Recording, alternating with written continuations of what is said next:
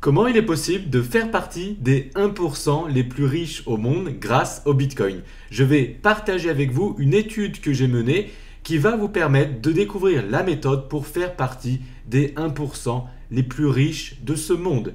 De plus, en fonction du nombre de Bitcoin que vous avez ou du nombre de fragments de Bitcoin que vous souhaitez, eh bien je vais vous dire où vous vous situez dans le monde. Est-ce que vous faites partie déjà des 1% les plus riches au monde, des 10% les plus riches au monde, etc.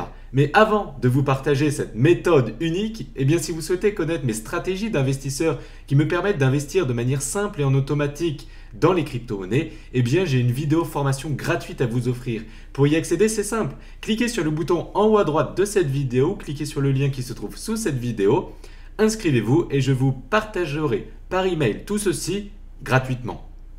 Il faut savoir dans un premier temps qu'il y aura maximum 21 millions de bitcoins, pas un de plus, environ en 2140 d'après nos calculs. Puisqu'il faut savoir que quotidiennement, il y a des bitcoins qui sont créés, environ tous les 10 minutes. Lors de sa création, il y avait 50 bitcoins qui étaient créés toutes les 10 minutes. 4 ans plus tard, 25 bitcoins qui étaient créés toutes les 10 minutes. Ensuite, 12,5 bitcoins et aujourd'hui 6,5 bitcoins qui sont créés toutes les 10 minutes. Donc plus le temps passe, plus le nombre de créations de bitcoin se raréfie. Donc aujourd'hui, nous nous trouvons ici. Donc il y a eu créé environ 18 600 000 bitcoins. Et puis dans l'avenir, eh bien, il va y avoir quelques millions de bitcoins qui seront encore créés. Mais il faut savoir que même en 2140, quand 100% des bitcoins seront créés, eh bien au final, il n'y en aura pas 21 millions en circulation. Il y en aura eu 21 millions créés, mais pas 21 millions en circulation. Pourquoi ?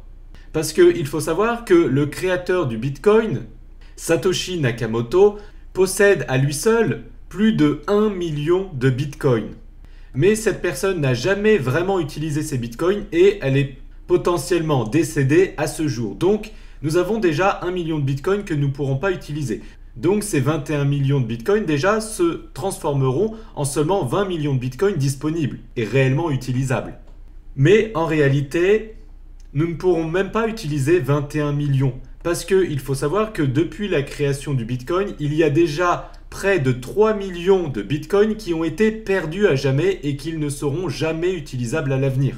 Donc en 2140, au grand maximum, il sera possible d'utiliser seulement 17 millions de bitcoins et non 21 millions parce qu'il y a 4 millions qui ne sont pas utilisables. Et encore, d'ici 2140, il y a peut-être plein de gens qui vont perdre plein de bitcoins. Maintenant, est-ce que ces 17 millions de bitcoins seront liquides, illiquides ou très liquides? La liquidité, c'est le fait pour un actif de pouvoir être acheté et vendu très rapidement. Et donc ce graphique met en avant que le Bitcoin est de plus en plus illiquide. Donc ça veut dire qu'il y a des Bitcoins, une grande majorité des Bitcoins qui ne peuvent pas être achetés et vendus rapidement. Donc ça veut dire qu'ils sont stockés et qu'ils ne bougent pas. Ce qui crée une forme de raréfaction de ces 17 millions de Bitcoins qui sont au final peu en circulation. De plus, il faut savoir que dans les années à venir, des Bitcoins seront créés tous les jours.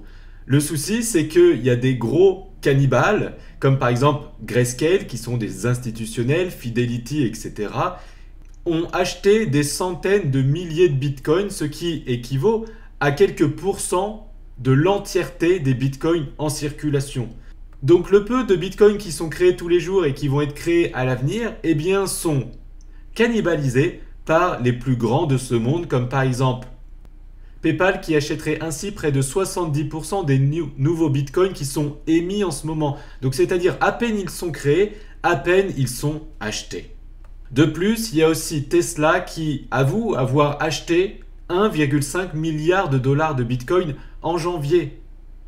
Donc vous comprenez que ces 17 millions de bitcoins qui sont toujours en circulation et qui ne sont pas perdus, eh bien, ils sont peu liquides et 2, les nouveaux bitcoins qui sont en train d'être émis sont rachetés à peine ils sont créés. Donc il y a une forme de raréfaction qui est déjà existante aujourd'hui et qui va encore plus s'intensifier à l'avenir, surtout avec l'halving, donc c'est-à-dire la création des bitcoins qui réduit tous les 4 ans. Et vous savez combien nous sommes d'humains sur cette planète? Eh bien aujourd'hui nous sommes 7 milliards 700 millions. Mais En 2140, nous serons combien d'humains?